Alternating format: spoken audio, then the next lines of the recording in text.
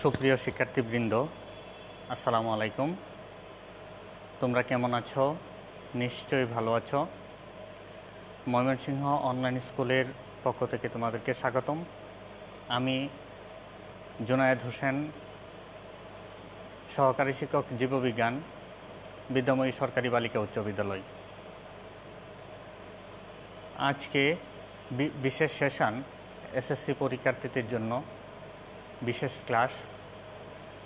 বিভিন্ন স্টুডেন্টের রিকোয়ারমেন্টস অনুসারে আজকে আমরা জেনেটিক ইঞ্জিনিয়ারিং এর অধ্যায়টুকু আলোচনা করব। জেনেটিক ইঞ্জিনিয়ারিং তোমাদের বইয়ের চতুর্দশ অধ্যায়ে টিস্যু কালচারটা গত ক্লাসে হয়েছিল। আজকে জেনেটিক ইঞ্জিনিয়ারিং সম্পর্কে আজকে আমি কিছু কথা বলবো। প্রথমে আমরা দেখে নিব জেনেটিক ইঞ্জিনিয়ারিং কি। আমাদের আজকের আলোচ্য বিষয় হলো জেনেটিক ইঞ্জিনিয়ারিং কি। জেনেটিক ইঞ্জিনিয়ারিং কি, তারপর এইখানে আছে জিএমও কি, ট্রান্সজেনিক জীব বলতে কি বুঝো? ট্রান্সজেনিক জীব বলতে কি বুঝো? তারপর প্লাজমিড কি,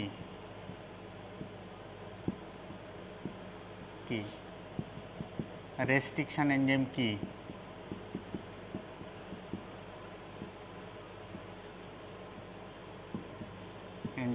এইগুলো বিষয় সম্পর্কে আমরা জেনে তারপর রিকম্বিনেন্ট ডিএনএ বা আরডিএনএ তৈরির কৌশল আমরা শিখব। আরডিএনএ বা রিকম্বিনেন্ট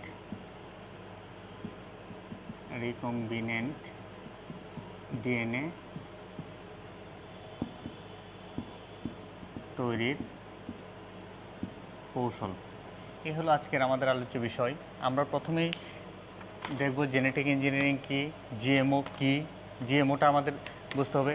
তারপর ট্রান্সজেনিক জীব বলতে কি বুঝো? এই ধরনের প্রশ্ন তোমাদের পরীক্ষায় প্রায়ই থাকে।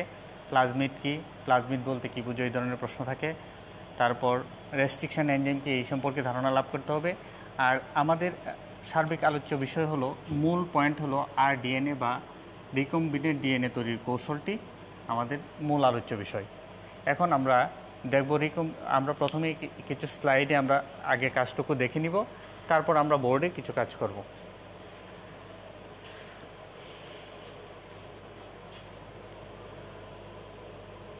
আমরা একটু বোর্ড স্লাইডে যাচ্ছি।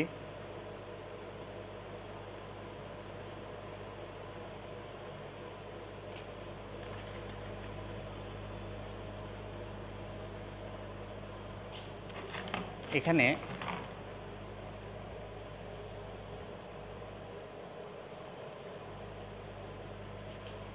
আমরা স্লাইডে গিয়ে প্রথমে আমরা দেখব জেনেটিক ইঞ্জিনিয়ারিং কি। এখানে দেখতে পাচ্ছি প্রথম আমাদের টপিক ছিল জেনেটিক ইঞ্জিনিয়ারিং কি। জেনেটিক ইঞ্জিনিয়ারিংটা হলো কোনো জীবকোষ থেকে কোনো সুনির্দিষ্ট জিন নিয়ে অন্য কোনো জীবকোষে স্থাপন ও কর্মক্ষম করা বা নতুন বৈশিষ্ট্য সৃষ্টির জন্য কোনো জীবের ডিএনএতে পরিবর্তন ঘটানোকে জেনেটিক ইঞ্জিনিয়ারিং বলে। এই কথাটা এই আলোচ্য বিষয়ের মধ্যেই আমাদের প্রথমে আছে যে কোনো জীবকোষ থেকে। এখন কোনো জীবকোষ বলতে আমরা কাঙ্ক্ষিত জীবকোষটি ধরে নিব, যে কাঙ্ক্ষিত আমরা যে উদ্ভিদের অথবা যে প্রাণীর আমরা জিনটা নিব, সেই জিনটা আমরা এখানে ধরবো। জিন কি তোমরা ডিএনএ জিন ইত্যাদি আমরা গত যে ডিএনএ চ্যাপ্টারে আমরা সেগুলো শিখেছি। জিন কি এগুলো নিয়ে আজকে আর আলোচনা করব না। এখন আমরা দেখব কোনো জীবকোষ থেকে, অর্থাৎ কাঙ্ক্ষিত জীবকোষ থেকে কোনো সুনির্দিষ্ট জিন। আমরা জানি ক্রোমোজোমের মধ্যে, ক্রোমোজোমের নির্দিষ্ট স্থানে অর্থাৎ লোকাসে জিনগুলো অবস্থান করে। এখানে বেশ কিছু নিউক্লিওটাইড থেকে অনেকগুলো নিউক্লিওটাইড যখন মিলে একটি বৈশিষ্ট্য নিয়ন্ত্রণ করে, অথবা একাধিক বৈশিষ্ট্য নিয়ন্ত্রণ করে, অথবা একাধিক জিন মিলে যখন একটি বৈশিষ্ট্য নিয়ন্ত্রণ করে, একাধিক নিউক্লিওটাইড মিলে যখন একই বৈশিষ্ট্য নিয়ন্ত্রণ করে, তখন এই গ্রুপ অফ নিউক্লিওটাইডকে বলা হয় জিন। তাহলে ওই সুনির্দিষ্ট জিনটা যে বৈশিষ্ট্যটা আমার কাঙ্ক্ষিত সেই বৈশিষ্ট্যটার জন্য দায়ী জিনটাকে আমরা প্রথমে কি করব, নিয়ে নিব, জিন নিয়ে অন্য কোনো জীবে। এখন আমি কোন জীবে সেটা স্থানান্তর করব, সেটা একটা বিবেচ্য বিষয়। সেই জীবকোষে স্থাপন এবং কর্মক্ষম করা, শুধু স্থাপন করলেই হবে না, সেটা যেন আবার বৈশিষ্ট্য প্রকাশ করতে পারে এমন অবস্থায় নিয়ে তারপর নতুন বৈশিষ্ট্য সৃষ্টির জন্য কোনো জীবের ডিএনএ পরিবর্তন ঘটানো। অর্থাৎ এটা অন্য জীবে না নিয়েও যদি ওই জীবের বৈশিষ্ট্যটা পরিবর্তন করার জন্য ওই জীবের যদি আমি কিছুটা কাজ করি, তখন সেই প্রক্রিয়াটাকে, সেই পরিবর্তনের ঘটনাটাকে বলা হয় জেনেটিক ইঞ্জিনিয়ারিং। তোমরা এই সংজ্ঞাটি নিতে পারো যে কোনো জীবকোষ থেকে কোনো সুনির্দিষ্ট জিন নিয়ে অন্য কোনো জীবকোষে স্থাপন বা কর্মক্ষম করা বা নতুন বৈশিষ্ট্য সৃষ্টির জন্য কোনো জীবের ডিএনএতে পরিবর্তন ঘটানোকে জেনেটিক ইঞ্জিনিয়ারিং বলা হয়। এখন এটা হলো সংজ্ঞা গেল। তারপর আমরা দেখি রিকম্বিনেন্ট ডিএনএ কি, অর্থাৎ রিকম্বিনেন্ট ডিএনএর আরডিএনএ, এটাকে বলা হয় আরডিএনএ। অর্থাৎ তুমি এই জেনেটিক ইঞ্জিনিয়ারিং প্রক্রিয়ায় যে নতুন জিন পরিবর্তিত জিনটাকেই বলা হয় রিকম্বিনেন্ট ডিএনএ। মানে হলো পুনরায়, কম্বিনেশন থেকে কম্বিনেন্ট শব্দটা এসেছে, পুনরায় বিন্যাসকৃত, রিকম্বিনেন্ট, পুনরায় বিন্যাসকৃত ডিএনএ। তোমরা নাম শুনেই বুঝতে পারছো যে এটা হলো যে কাঙ্ক্ষিত জিনটা নিয়ে অন্য একটা জীবে স্থানান্তর করার ফলে যে নতুন ডিএনএটা তৈরি হলো সেটাই হলো রিকম্বিনেন্ট ডিএনএ।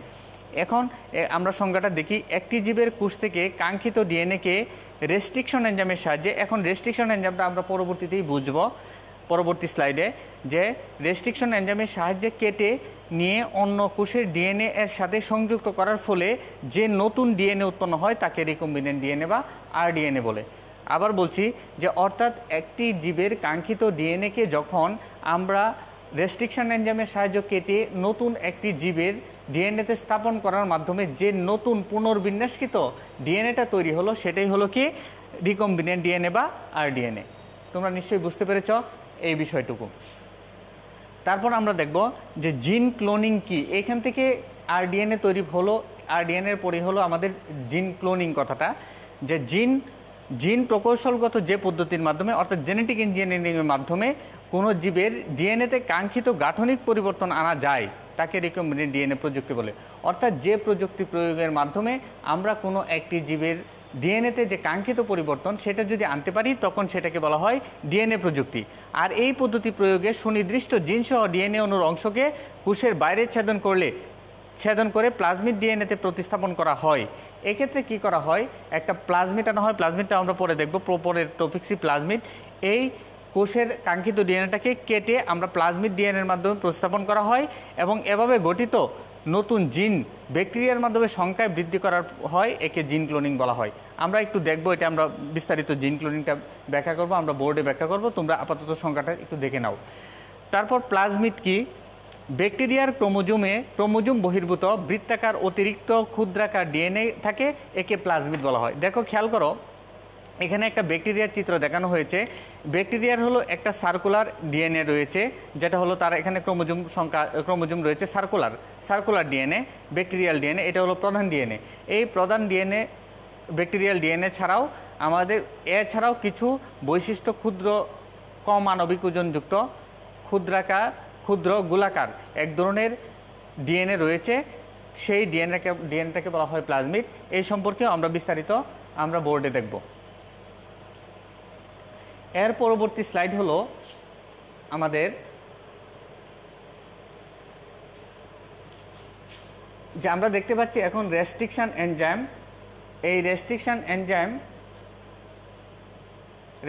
এনজাইমটা কি, যে এনজাইম প্রয়োগ করে ডিএনএ অণুর সুনির্দিষ্ট সিকোয়েন্সের একটি অংশ কেটে নেওয়া যায় ওই এনজাইমকে রেস্ট্রিকশন এনজাইম বলা হয়। এদেরকে রেস্ট্রিকশন এন্ডোনিউক্লিয়াসও বলা হয়।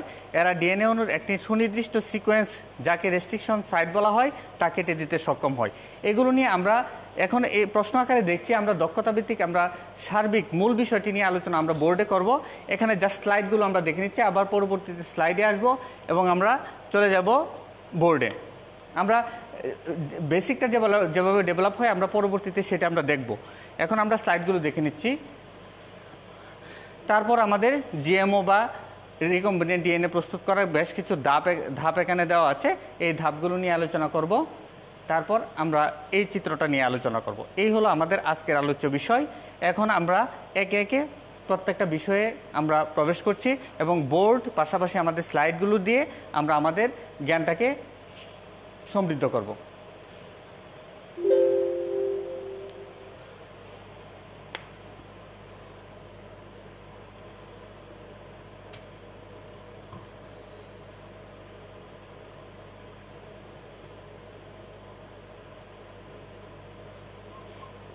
আমি একটু সময় চেয়ে নিচ্ছি। আমরা স্লাইড পাশাপাশি স্লাইড এবং বোর্ডটাকে আমরা দেখব এবং আমরা কাজ করব।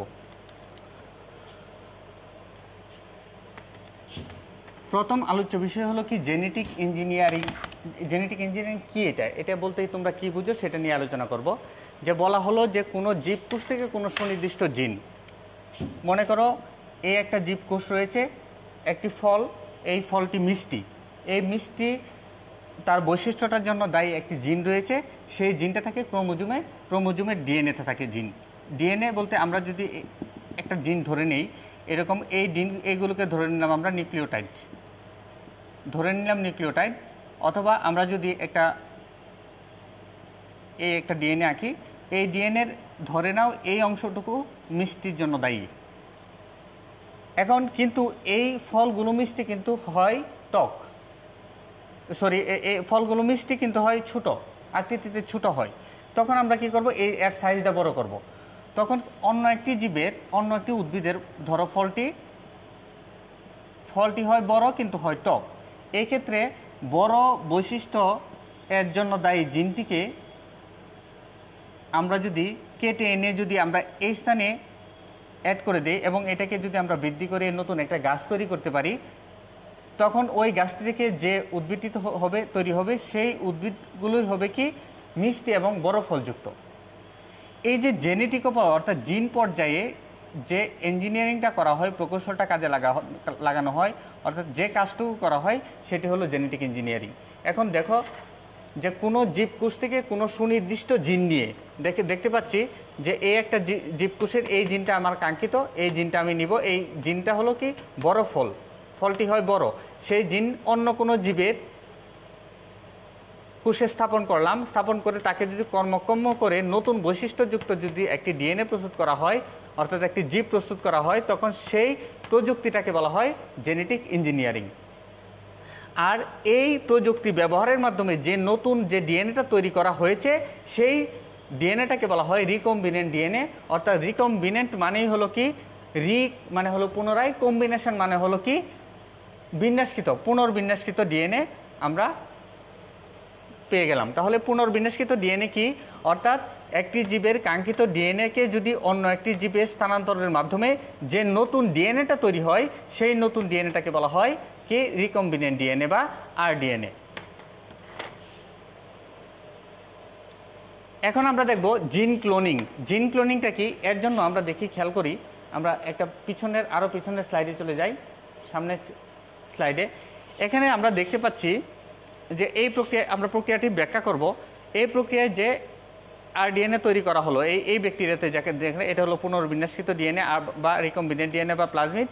এই ডিএনএটা কি করলাম, ব্যাকটেরিয়াতে স্থাপন করলাম। এই ব্যাকটেরিয়াটাকে পুনরায় গ্রো করিয়ে আমরা যদি অসংখ্য ব্যাকটেরিয়া তৈরি করতে পারি অথবা অসংখ্য জীব তৈরি করতে পারি, তখন এই অসংখ্য ব্যাকটেরিয়া তৈরি করার প্রসেসটাকে বলা হয় ক্লোন অফ সেলস বা জিন ক্লোনিং বলা হয়। দেখো খেয়াল করো, রিকম্বিনেন্ট ব্যাকটেরিয়া, এই ব্যাকটেরিয়াকে যদি সংখ্যা বৃদ্ধি করা হয়, এই সংখ্যা বৃদ্ধিটাকে বলা হয় কি ক্লোনিং, জিন ক্লোনিং। এখন আমরা একটু সংজ্ঞায় আসি। জিন প্রকৌশলগত যে প্রযুক্তির মাধ্যমে কোনো জীবের ডিএনএতে কাঙ্ক্ষিত গাঠনিক পরিবর্তন আনা যায় তাকে রিকম্বিনেন্ট ডিএনএ প্রযুক্তি বলে। আর এই পরিবর্তনটা করা হয় ব্যাকটেরিয়ার প্লাজমিড দ্বারা। এই প্লাজমিড ডিএনএতে প্রতিস্থাপন করে যদি ব্যাকটেরিয়ার সংখ্যা বৃদ্ধি করা হয়, তাহলে এই ব্যাকটেরিয়ার সংখ্যা বৃদ্ধির প্রসেসটাকে বলা হয় জিন ক্লোনিং। ক্লোনিংয়ের আরও অনেক সংজ্ঞা দেওয়া যায়, কিন্তু আমাদের আলোচ্য বিষয়ের মধ্যে এই জিন ক্লোনিংয়ের এইভাবেই সংজ্ঞা দেওয়া হয়েছে। তারপর দেখি প্লাজমিড। প্লাজমিড হলো ব্যাকটেরিয়ার ক্রোমোজোমের বহির্ভূত বৃত্তাকার অতিরিক্ত ক্ষুদ্রাকার ডিএনএ থাকে, একে বলা হয় প্লাজমিড বলা হয়। আমরা প্লাজমিডের বেশ কিছু বৈশিষ্ট্য আমরা এখন দেখব যে প্লাজমিড কি। প্লাজমিড আরেকটু কথা বলা যায় প্লাজমিড সম্পর্কে। একটা ব্যাকটেরিয়াতে ধরে নিলাম একটা ব্যাকটেরিয়া, এই ব্যাকটেরিয়াতে আমরা জানি সার্কুলার ডিএনএ থাকে, কিন্তু উচ্চ শ্রেণীর জীবে এই ডিএনএটা থাকে কি সর্পিলাকার, সার্কুলার থাকে না, থাকে কি সর্পিলাকার। সাপের এইরকম ডিএনএ আমরা দেখতে পারি, কিন্তু আদিকোষীর ডিএনএতে আমরা সার্কুলার ডিএনএ পাই। এই সার্কুলার ডিএনএ ছাড়াও অর্থাৎ প্রধান ডিএনএ ছাড়াও ব্যাকটেরিয়ার মধ্যে আরেকটি কিছু জিন বহনকারী একটা ডিএনএ আছে, এটাকে বলা হয় প্লাজমিড।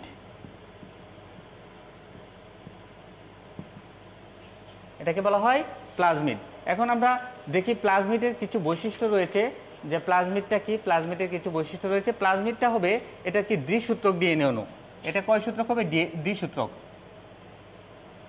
কিন্তু হবে কি সার্কুলার। তাহলে দ্বিসূত্রক ডিএনএ, দ্বিসূত্রক ডিএনএ এটা প্লাজমিডটা হলো কি এক ধরনের দ্বিসূত্রক ডিএনএ। এর আণবিক ভর প্রায় 10 to the power 6 থেকে 10 to the power 6 থেকে 10 to আণবিক ভর 10 to the power 6 থেকে 200 into 10 to the power 8 Dalton পর্যন্ত হতে পারে, 6 ডাল্টন পর্যন্ত হতে পারে। এর আণবিক ভর এত হতে পারে। তারপর এখানে কিছু অল্প সংখ্যক জিন ধারণ করে, অল্প সংখ্যক জিন এখানে ধারণ করে। আর এটি কি বলা হয় কনজুগেশনের মাধ্যমে, ব্যাকটেরিয়ার কনজুগেশন একটা ব্যাকটেরিয়ার প্রজননের একটা টাইপ। এই কনজুগেশনের মাধ্যমে অসংখ্য প্লাজমিডধারী ব্যাকটেরিয়া তৈরি করতে পারে।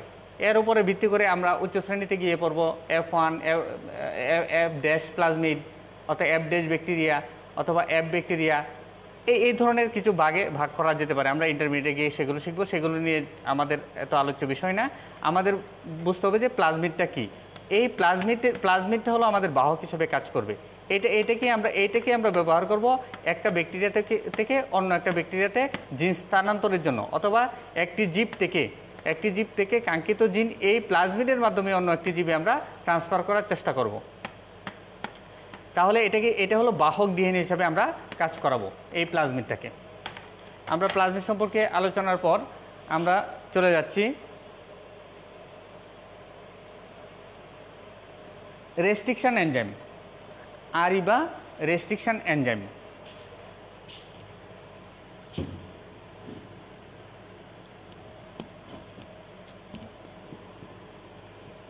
রেস্ট্রিকশন এনজাইম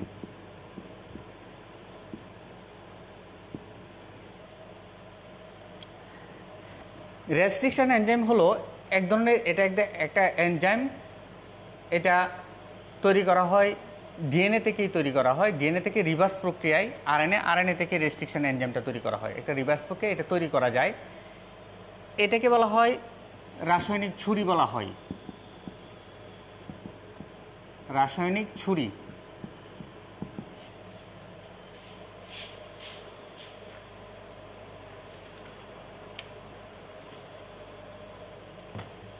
এটা কি করা হয় এখানে দেখতে পাচ্ছি যে এনজাইম প্রয়োগ করে ডিএনএ অণু সুনির্দিষ্ট সিকোয়েন্সের একটি অংশ কেটে নেওয়া যায় ওই এনজাইমকে রেস্ট্রিকশন এনজাইম বলে।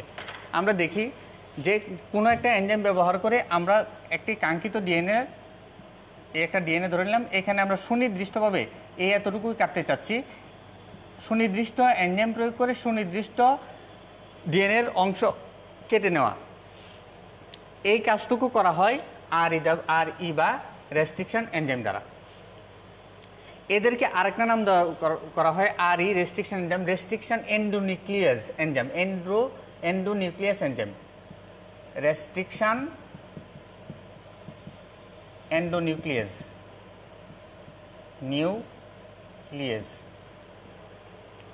রেস্ট্রিকশন এন্ডোনিউক্লিয়াস এনজাইম হিসাবে ব্যবহার করা হয়।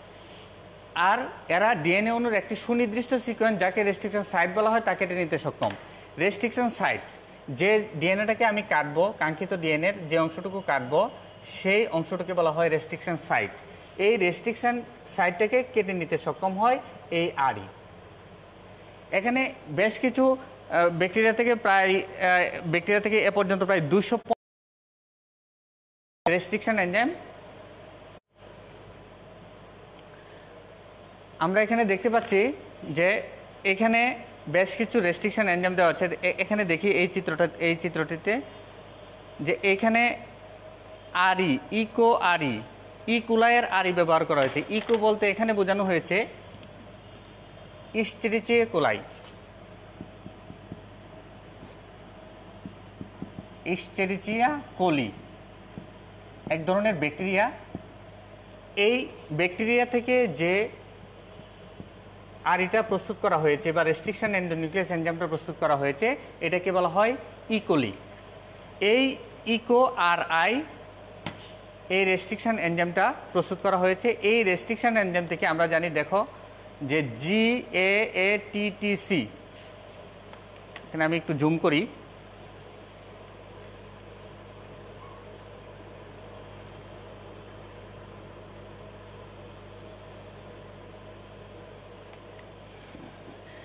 এখানে ইকো দ্বারা ইকোলায়ের আরআই দ্বারা এই দেখো GAATTC, এটি আমরা জানি 3টি নিউক্লিওটাইড মিলে একটা কোডন তৈরি হয়, একটা কোডন তৈরি হয়। এই কোডন এখানে 2টি কোডন আছে, যেমন GAATTC এখানে 2টা কোডন, GA মিলে অর্থাৎ কি এখানে জিতে কি এতে কি অ্যাডিনিন, জিতে গুয়ানিন, অর্থাৎ GAA মানে হলো এই সাইডটা হলো গুয়ানিন অ্যাডিনিন, আর এখানে থায়ামিন সাইটোসিন। এর অপর দিকে এর বিপরীতটা থাকে অন্য একটা মানে সূত্রাকার প্রান্তে। এইটাকে কেটে নিতে পারে ইকো আরআই। এটা এমনভাবে কাটবে যেন একটা স্টিকি প্রান্ত থাকবে। এটাকে বলা হয়, লম্বা প্রান্তটাকে বলা হয় স্টিকি প্রান্ত, আঠালো। এই দুই প্রান্ত রেখে তৈরি, এখান থেকে জিটাকে বের করে দিয়েছে, অপর দিকে এখান থেকে জিটাকে এইদিকে রেখেছে, অর্থাৎ দুইটা সাইড তৈরি হয় যাতে এখানে অন্য নিউক্লিওটাইডগুলো বসানো যেতে পারে, এমনভাবেই তারা কাটে। এটা হলো আরএর একটি বৈশিষ্ট্য বা রেস্ট্রিকশন এনজাইমের বৈশিষ্ট্য। এখানে দেখো, খেয়াল করো, বেশ কিছু আরই এখানে প্রস্তুত করা হয়েছে, যেমন ইকো আরআই। ইকো মানে হলো কি ইস্টেরিচিয়া কোলি এর আরআই রেস্ট্রিকশন এনজাইম। এটার টাইপটা হলো 5 প্রান্ত থেকে, এটা একটু উচ্চ লেভেলে পড়াশোনা, যে 5 প্রান্ত থেকে 3'। এই তোমরা জাস্ট রেস্ট্রিকশন এনজাইমটুকু ধারণা নাও। এই AATTC অর্থাৎ TAAA, দেখো খেয়াল করো, এইভাবে তারা এতটুকু কাটছে। দেখো এখানে লাল মার্কিং করা আছে, এই লাল মার্কিং অনুযায়ী এখানে যে সিকোয়েন্সটা আছে সেই সিকোয়েন্স অনুযায়ী সেটা কেটে নিয়ে আলাদা করা হয়েছে। এরকমভাবে হিন্দ 2, হিন্দ 3, ব্যাম HI বলে HAE 3I, ALU এগুলো ব্যাকটেরিয়ার নাম অনুযায়ী তাদেরকে প্রথম নাম করা হয়। ইকোলাই, তারপর হিন্দেরটা কি আছে, হিন্দেরটা আছে আমাদের, এটা হলো হিমোফাইলাস ইনফ্লুয়েঞ্জা থেকে এটা তৈরি করা হয়েছে। ব্যামটা তৈরি করা হয়েছে বেসিলাস অ্যামাইলোকিউ ফেসিয়েন্স, ব্যামটা এইভাবে তৈরি করা হয়েছে। এগুলো তোমাদের দরকার নাই, তোমাদের এতটুকু জানো ইকো আরআইটাই তোমাদের বইয়ে আছে। ইকো মানে ইস্টেরিচিয়া কোলি থেকে যে মানে রেস্ট্রিকশন এনজাইমটা তৈরি করা হয় সেটা এমন হয়ে থাকে। এই হলো রেস্ট্রিকশন এনজাইম। এই রেস্ট্রিকশন এনজাইম দ্বারাই আমরা আমাদের আণবিক কাঁচি বা বায়োলজি সূক্ষ্ম ছুরিকার মাধ্যমে আমরা আমাদের ডিএনএর সাইটগুলো আমরা কেটে নিতে পারবো। এখন এটাকে কি বলা হয়, আণবিক ছুরিকা বলা হয় বা বায়োলজিক্যাল নাইফ বলা হয়, আণবিক কাঁচি বলা হয়, সূক্ষ্ম ছুরিকা বলা হয় ইত্যাদি, অর্থাৎ মলিকুলার সিজর ইত্যাদি নামে এদেরকে ডাকা হয়। এখন পরবর্তীতে আমাদের আরেকটি প্রশ্ন রয়েছে, যে প্রশ্ন বলতে আরেকটি টপিকস রয়েছে, সেই টপিকসটা হলো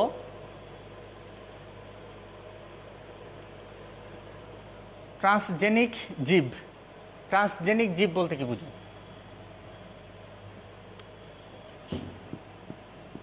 ট্রান্সজেনিক জীব বলতে কি বুঝো? ট্রান্সজেনিক অর্থাৎ জেনেটিক ইঞ্জিনিয়ারিং প্রযুক্তির মাধ্যমে একটি জীবের কাঙ্ক্ষিত ডিএনএকে যদি অন্য একটি জীবে স্থানান্তর করা যায়, যে নতুন পুনর্বিন্যাসকৃত ডিএনএ সমৃদ্ধ যে নতুন জীবটি তৈরি হলো তাকে বলা হয় ট্রান্সজেনিক জীব। অর্থাৎ জিনটাকে পরিবর্তন করে যে নতুন জীবটা তৈরি করা হলো সেই জীবটাকে বলা হবে কি ট্রান্সজেনিক জীব। আরেকটা কথা আছে জিএমও, এখানে এটাকে বলা হয় জেনেটিক্যালি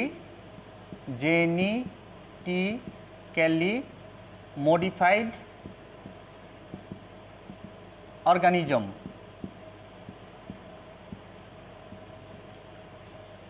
এখানে দেখো, খেয়াল করো যে এই জেনেটিক ইঞ্জিনিয়ারিং প্রক্রিয়ার মাধ্যমে যে জিনটাকে পরিবর্তন করা হলো, মডিফিকেশন করা হলো, মডিফিকেশন করে যে জীবটা তৈরি করা হলো সেই জীবটাকে বলা হয় জিএমও, জেনেটিক্যালি মডিফাইড অর্গানিজম। আর এটা হলো জিএম, শুধু যদি জিএম থাকে তখন কি বলবে জেনেটিক্যালি মডিফাইড, এখানে অন্য কোনো জীব থাকতে পারবে। যেমন বাংলাদেশের প্রথম যে জেনেটিক্যালি মডিফাইড তৈরি করা হয়েছে, যে উদ্ভিদটা তৈরি করা হয়েছে হলো বিটি বেগুন তৈরি করা হয়েছে। এটা তৈরি করা হয়েছে ব্যাকটেরিয়ার নাম হচ্ছে ব্যাসিলাস থুরিনজেনেসিস। এটা তোমরা পরবর্তীতে জেনেটিক ইঞ্জিনিয়ারিং ব্যবহারের মধ্যে পাবে। ব্যাসিলাস থুরিনজেনেসিস বিটি বেগুন তৈরি করা হয়েছে। এটা আগে যে বেগুনটা পোকার প্রতি সাসেপ্টেবল ছিল, সংবেদনশীল ছিল, তারপর পোকাতে অনেক বেগুন নষ্ট হয়ে যেত, এটাকে জিনটাকে পরিবর্তন করে এই বিটি বেগুন প্রস্তুত করা হয়েছে। এইগুলোকে বলা হয় ট্রান্সজেনিক জীব। এখন আমরা দেখি যে রিকম্বিনেন্ট ডিএনএ প্রস্তুত করার ধাপ। আমরা ধাপগুলো একটু পরে মিলিয়ে নিই, আগে আমরা এই প্রসেসটা দেখে নিই, তাহলেই হবে। এখানে 1 নাম্বার প্রসেসটা, তোমাদের প্রসেসটা ধাপে ধাপে দেওয়া আছে, দেখো খেয়াল করো। প্রথমে আমাকে কাঙ্ক্ষিত জীবের আমাকে কোষটাকে লাইসিস প্রক্রিয়ায় পৃথক করতে হবে। লাইসিস প্রক্রিয়া পৃথক করে এখানে যে এনজাইমগুলো আছে, আমরা জুম করি, জুম করলে দেখতে পারবে।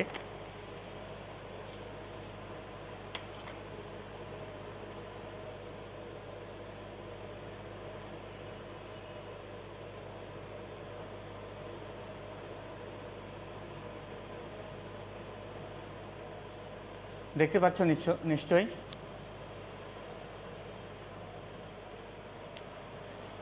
এখানে কাঙ্ক্ষিত জীবের জীবকোষ রয়েছে। এই জীবকোষকে প্রথমে নিউক্লিয়াসটাকে পৃথক করে লাইসিস প্রক্রিয়ায় ডিএনএটাকে পৃথক করা হয়। কাঙ্ক্ষিত ডিএনএটাকে পৃথক করা, জিন অফ ইন্টারেস্ট, অর্থাৎ যে জিনটাকে আমি পৃথক করতে চাচ্ছি এটাকে লাল মার্কিং করা হয়েছে। অর্থাৎ আমার কাঙ্ক্ষিত জিনটাকে আমি এখানে মার্কিং করলাম, এই এতটুকু আমাকে কাটতে হবে। অপরদিকে ব্যাকটেরিয়ার প্লাজমিডটাকে আমি পৃথক করলাম, আইসোলেট প্লাজমিডটাকে পৃথক করলাম। প্লাজমিডটাকে পৃথক করার পরে এটাকে কাট প্লাজমিড উইথ এনজাইম, একটা আরই বা রেস্ট্রিকশন এনজাইম দ্বারা এটাকে এই সাইডটাকে আমি কাটলাম। এখানে দুইটা একটা স্টিকি একটা নন স্টিকি প্রান্ত তৈরি হয়েছে। স্টিকি প্রান্তটা হলো লম্বাটে প্রান্তটা, আর খাটো প্রান্তটা হলো নন স্টিকি প্রান্ত। আর অপরদিকে ঠিক একই রকম এনজাইম দ্বারা এইটাকে যে আরই দ্বারা আমরা কর্তন করেছিলাম, সেই ঠিক একই রকম আরই দ্বারা আমাদের এই ডিএনএটাকে, কাঙ্ক্ষিত ডিএনএটাকে কাটতে হবে। এই ক্ষেত্রেও আমরা একটি স্টিকি প্রান্ত, একটি নন স্টিকি প্রান্ত পেলাম। এটার নন স্টিকি প্রান্তের সাথে এটা স্টিকি প্রান্ত লেগে যাবে, অপরদিকে এটা স্টিকি প্রান্তের সাথে এটা নন স্টিকি প্রান্তে অ্যাড হবে। এটা জিএনএ, এখানে এই জিনগুলো আমরা কাঙ্ক্ষিত ডিএনএকে একসাথে করে, প্লাজমিডটাকে একসাথে করে যখন আমরা কম্বাইন করব বা একসাথে করব, তখন এটাকে combine target fragment of and plasmid DNA তৈরি হবে। অর্থাৎ এখানে যে পুনর্বিন্যাসকৃত দেওয়ার পরে এখানে বেশ কিছু প্রসেস রয়েছে, এই প্রসেসগুলো তোমাদের দেওয়া নেই। এই প্রসেসের মাধ্যমে আমরা এটাকে লাইগেজ এনজাইমের মাধ্যমে আমরা এটাকে জোড়া লাগিয়ে দেব। Add DNA ligase which closes the circle with covalent bond, অর্থাৎ কি সমযোজী বন্ধনের মাধ্যমে এরা আবার যুক্ত হবে, পরস্পর যুক্ত হয়ে যাবে নিউক্লিওটাইডগুলো। তারপরে এখানে কাঙ্ক্ষিত জিন সমৃদ্ধ একটি প্লাজমিড আমরা পেয়ে গেলাম। এটাকে বলা হয় রিকম্বিনেন্ট ডিএনএ প্লাজমিড, অর্থাৎ আর ডিএনএ প্লাজমিড বলা হয়। এই আর ডিএনএ প্লাজমিডটা যখন একটা নন প্লাজমিড একটা ব্যাকটেরিয়াতে আমরা দিয়ে দিব, তখন এই নতুন ডিএনএটাকে সে গ্রহণ করে নেবে। তাহলে put plasmid into bacterium by transformation, এই যে একটা ব্যাকটেরিয়াতে নতুন প্লাজমিডটা প্রবেশ করানোর প্রক্রিয়াটাকে বলা হয় ট্রান্সফরমেশন। এই ট্রান্সফরমেশনের মাধ্যমে একটা নতুন ডিএনএটা বা আর ডিএনএটাকে প্রবেশ করানোর পরে যে নতুন ব্যাকটেরিয়াটা তৈরি হলো তাকে বলা হয় রিকম্বিনেন্ট ব্যাকটেরিয়াম। এটা একবচন ব্যবহার করা হয়েছে, ব্যাকটেরিয়াম বলা হয়েছে, এই জন্য রিকম্বিনেন্ট ব্যাকটেরিয়াম তৈরি করা হলো। এই রিকম্বিনেন্ট ব্যাকটেরিয়ামটা যদি আবার আমি উপযুক্ত পরিবেশে গ্রো করাই অথবা ক্লোনিং করাই, তাহলে অনেকগুলো ব্যাকটেরিয়া পাওয়া যাবে। এই ব্যাকটেরিয়া থেকে আমরা কাঙ্ক্ষিত আমার চরিত্রটি পাবো।